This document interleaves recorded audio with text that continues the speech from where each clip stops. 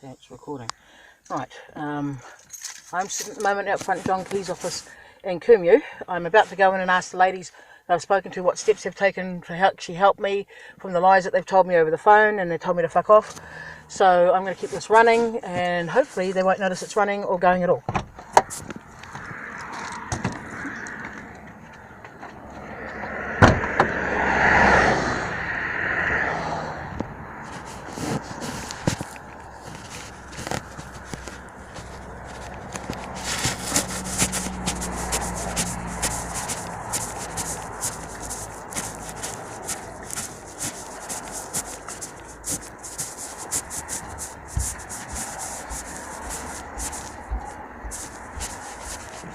Morning. I'd like to speak to the ladies that I've been talking to on and off for the last couple of years to see what steps they've taken in their assistance when they keep following me back to remote client unit.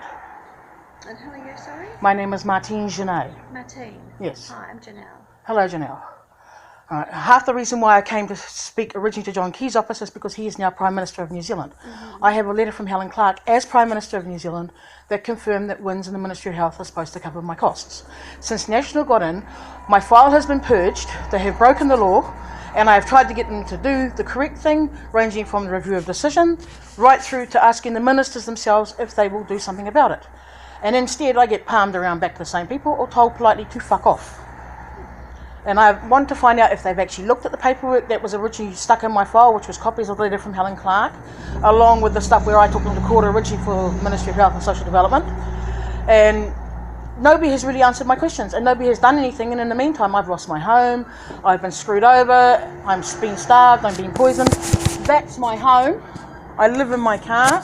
I can't get a Housing New Zealand house thanks to WINZ deliberately stopping my disability allowance when they weren't supposed to. So because it just got stopped, my lawn didn't get mowed, so I lost my home. I've lost my rent to buy home because when the hospital killed my mother, WINZ in their infinite stupidity says, oh yeah, no, we'll pay you the money, we'll put it up to what it's supposed to be, because my rent was $270 for a week. WINZ was paying me $257 a week. So I lost my home. And each time I've asked to have things reviewed, we've put the forms in 92 times. I've asked the ombudsman to look at it, who's done me a song and dance for the last 3 years. And all everybody keeps doing is send me here, there and everywhere instead of actually looking into what I've asked them to look into, because I had paperwork that clearly stated that WINZ and the Ministry of Health are supposed to cover my costs. Because the health condition I have, the Crown gave it to me. It hid my medical records under a 70-year confidentiality agreement. It's before ACC's existence, which all came out when we were in the court, which is why it came up, and then they wrote me the letter clearly stating WINZ and the Ministry of Health are supposed to cover my costs, and all everybody's done is palm me in circles since National got in. So I wanted to find out what steps the people that I spoke to here have actually taken, because when I've spoken to the ladies on the phone here, one of them has basically politely told me to fuck off, which was the last phone conversation after I had gone to all the trouble to get someone to talk to MS. Yeah, I spoke to somebody here, and I've recorded the conversation afterwards of what I had done and what I'd gone through, because I had got one of the ladies to talk to somebody at MSD to find out why my review of decisions been ignored. And they said to her, quote, well, I've done everything correctly, but there seems to be a failing in the national office. So when I asked here for the MSD, yeah. And when I rang back here and said what I was told because somebody looked at it, they told me again politely to fuck off. That was what they told me after I told them all that. They wouldn't have said fuck off. The polite answer was go away, basically, and we won't deal with it. Perhaps they said that because there's nothing. So for an MP's office, yep, all an MP can do, it doesn't matter who the MP is, yep, is ask a question of MSD. They can't direct. Well, this is the thing. No, listen, you've had your talk. Now listen to me, okay? We can't tell them, an MP cannot tell MSD operationally what they must do. So if you've been working with MSD... That's the problem, they're ignoring everything. But maybe there is no answer to, I mean maybe... Well, then why have I got a letter from the Prime Minister of New Zealand clearly stating... That's not the Prime Minister now. No, it's not the current one, that's why again I came to ask. That's historic, right, it's an ongoing problem. And even then, the Prime Minister of the day couldn't have actually said, they can't... They did, they actually confirmed, because that's why when I got it into court, because they did a song and dance in the court. So you've been through the court process? Yeah, and they turned around and they said, until I get it written correctly, I can't have my case heard, even though I have all my evidence to prove my case. Until you get what written correct? The way you write it out for it, and we've asked, I actually did 2 ex partes that cost me $900 each to ask, how do we write it correctly? And their answer came back, we don't know. So I said, well, if you don't know, how can you say I haven't got it written correctly? They go, that's what we're told to tell you, end quote. I've been through 3,300 and now 62 lawyers, and they just my thoughts would be, and I know you've been dealing with my colleague Mel, Yeah. Right, not me. But my concern would be if you've been to all these people and you haven't got the solution that you're looking for. It's not so much the solution I'm looking for, it's to get them to put back what was already corrected and done.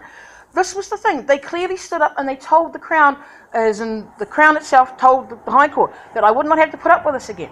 Which is why we got Helen Clark to write the letter of confirmation as Prime Minister of New Zealand. Not as the MP Helen Clark, but actually as the Prime Minister. Well, that's wrong anyway. Right. The Prime Minister still can't direct because those this is the things you need to understand.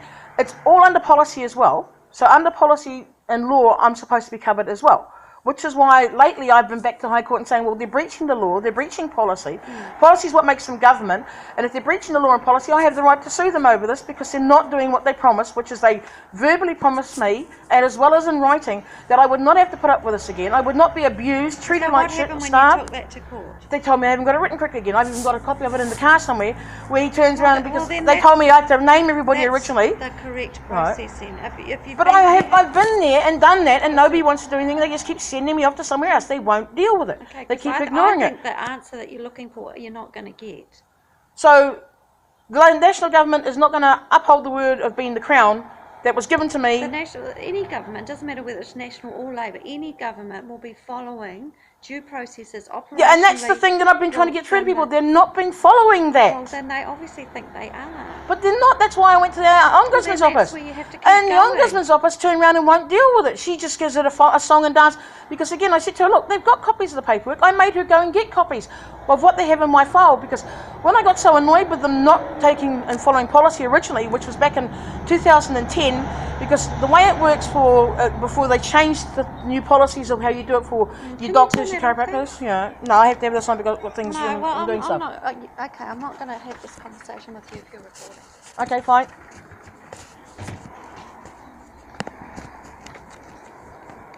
As you can see, same routine. If you're not going to do what I want, I will not talk to you.